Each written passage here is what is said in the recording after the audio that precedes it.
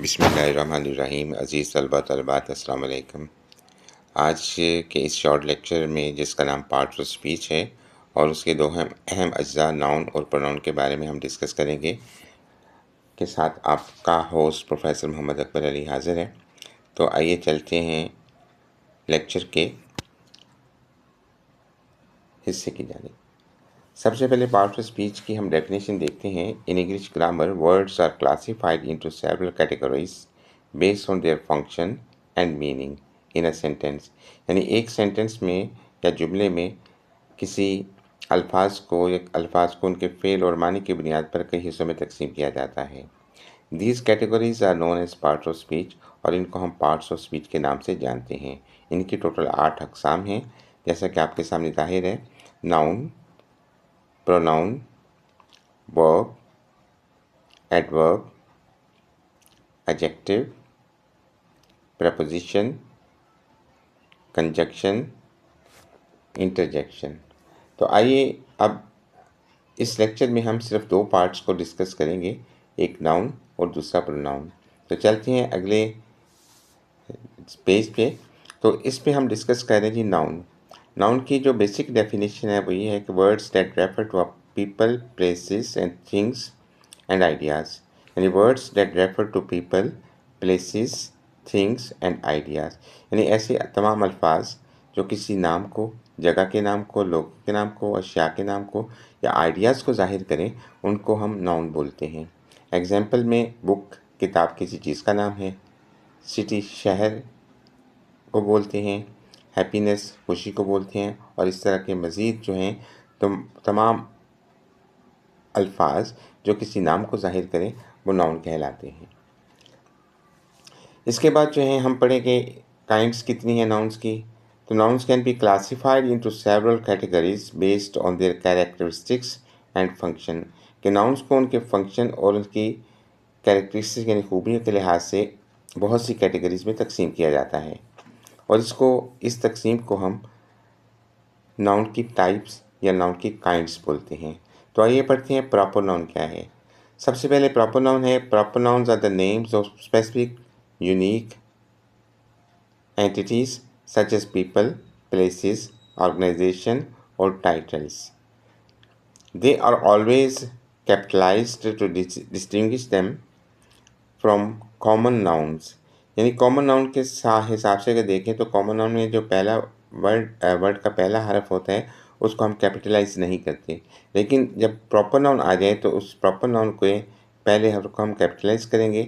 और अगर हम सादा अल्फाज में बोलें तो किसी ख़ास चीज़ या जगह वगैरह के नाम को हम प्रॉपर नाउन बोलते हैं। जैसा कि अगर लोगों के हिसाब से देखें तो लोगों के नाम होते हैं आइजल, एमिली, शेक्सपियर। तो ये सब प्रॉपर नाउन हैं और सेंटेंस में ये कहीं भी आ जाएं तो इनका पहला लेटर्स जो है वो कैपिटल्स में लिखा जाएगा। प्लेसेस के हवाले से लाहौर है, न्यूयॉर्क है, टोक्यो है। और ऑर्गेनाइजेशंस के हवाले से PIA है, नासा वगैरह है। इसी तरह से टाइटल जो अलकाबात होते हैं जैसे कि प्रेसिडेंट, क्वीन या डॉक्टर या प्रोफेसर वगैरह, इसका भी हम पहला हरफ बड़ा लिखते हैं क्योंकि ये प्रॉपर नाउन है। प्रॉपर नाउन के बाद हमारे पास नेक्स्ट कैटेगरी है कि इसके बाद जो सेकंड नंबर पे है कॉमन नाउन। कॉमन नाउन क्या होता है? Common nouns are general terms that refer to categories of things rather than specific individuals or entities. They are not capitalized unless they appear all beginning of the sentence। यानी मुझसे ये बताना चाहते हैं कि कॉमन नाउन को जब हम लिखते हैं तो इसका पहला हरफ बड़ा नहीं होता जब ये फ़िक्रे के दौरान हुआ। हाँ, अगर फ़िक्रे के स्टार्ट में आ जाए तो इसका हम पहला हरफ कैपिटल लिखेंगे। तो कॉमन नाउन अगर आम अल्फाज में देखें तो किसी आम चीज़ या ऐसा नाम जो आमतौर पर इस्तेमाल किया जाता है किसी चीज़ के लिए तो वो आपका कॉमन नाउन कहलाता है। जाके एनिमल का जिक्र करेंगे तो डॉग है, कैट है, एलिफेंट है। और सिटीज़ का सिटी, टाउन, विलेज। इस तरह से फूड के लिए पिज़्ज़ा, सुशी, बर्गर वगैरह ये तमाम कॉमन नाउन कहलाते हैं। इसके बाद नेक्स्ट कैटेगरी में आता है जी collective noun. Collective noun refer to the groups of people, animals और थिंग। जब हम किसी लोगों के ग्रुप की बात करें, एनिमल्स के ग्रुप की बात करें या अशिया के ग्रुप की बात करें तो वो आपका नाउन जो है कलेक्टिव नाउन कहलाएगा। मिसाल आप आपके सामने है। अगर लोगों के ग्रुप की बात करें तो लोग फैमिली में ग्रुप की शक्ल में होते हैं, टीम में ग्रुप की शक्ल में होते हैं, कमेटी में ग्रुप की शक्ल में होते हैं। अगर एनिमल्स की बात करें तो इनकी हर्ड, फ्लॉक और स्कूल भी कहलाता है। और थिंग्स की बात करें तो बंच, बंडल या कलेक्शन वगैरह जो है कलेक्टिव नाउन के ज़ुमरे में आते हैं। अब देखते हैं एब्स्ट्रैक्ट और कंक्रीट नाउन कौन से होते हैं। Abstract nouns refer to intangible concept, feelings और आइडियाज़, यानी एहसासात और जज्बात या ख़यालात के इजहार के लिए जिन अल्फाज का इस्तेमाल किया जाता है वो आपके एब्स्ट्रैक्ट नाउन कहलाते हैं। जब इमोशंस की बात करें तो हैप्पीनेस, सैडनेस और एंगर जो है ये एब्स्ट्रैक्ट नाउन है। अगर कॉन्सेप्ट्स की बात करें तो फ्रीडम यानी आज़ादी, जस्टिस, इंसाफ और लव वगैरह जो है ये एब्स्ट्रैक्ट नाउन है। आइडियाज़ की बात करें तो थेरी है, हाइपोथेसिस है, नोशन है, ये एब्स्ट्रैक्ट नाउन कहलाते हैं। नेक्स्ट है जी concrete noun. Concrete nouns refer to tangible physical objects that can be perceived through our sense, यानी जिन चीज़ों को हम दूसरे अल्फाज में, अगर सादा अल्फाज में देखें कि ये ऐसे नाउन हैं जिनको हम मादा या मादी नाउन भी कहते हैं, जो वज़न रखते हैं, जगह घेरते हैं और अपनी आँख से हम देख सकते हैं। इसमें अगर फूड के लिए देखें तो एप्पल है, बनाना है, सैंडविच है, ये आपका कंक्रीट नाउन है। ऑब्जेक्ट्स यानी अशिया को देखें तो चेयर है, टेबल है या कार है। और इस तरह से एनिमल्स की बात करें तो डॉग, कैट, एलिफेंट वगैरह जो हैं आपके कंक्रीट नाउन में शामिल हो जाते हैं। इसके बाद नेक्स्ट है जी काउंटेबल एंड अनकाउंटेबल नाउन्स। ये नाउन्स की थोड़ी स्पेलिंग मिस्टेक हो गई। काउंटेबल नाउन्स कौन से होते हैं जी? काउंटेबल नाउन्स ऐसे हैं जिनको इनफरादी तौर पर गिना जा सके। Countable nouns are the nouns that can be counted individually. Example में बुक है, इसकी हम प्लूरल फॉर्म बना देते हैं books, chair, chairs, apple, apples. Uncountable इसके बरक्स है कि अनकाउंटेबल नाउन ऐसे नाउन हैं जिनको हम किसी तरह से गिन नहीं सकते। Uncountable nouns also known as the mass nouns, इनको मैस नाउन के नाम से भी जाना जाता है। Are nouns that can not be counted, जिसको हम गिन नहीं सकते, जैसा कि इंडिविजुअली इनको अकेले तौर पर गिन नहीं सकते। मिसाल के तौर पर पानी है, water, air, happiness, furniture, luggage, equipment वगैरह, इनको हम अनकाउंटेबल नाउन की सब में शामिल करते हैं, कैटेगरी में शामिल करते हैं। आगे पढ़ते हैं जी नाउन के फंक्शंस क्या होते हैं। फंक्शंस या इनको केसेस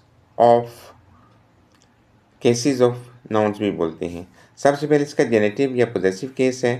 जेनेटिव या पोजेसिव केस वो कहलाता है जिसमें where noun shows the ownership और पोजेशन, जिसमें नाउन के साथ जो है वो उसकी ऑनरशिप को ज़ाहिर किया जाए, कब्ज़े को ज़ाहिर करे।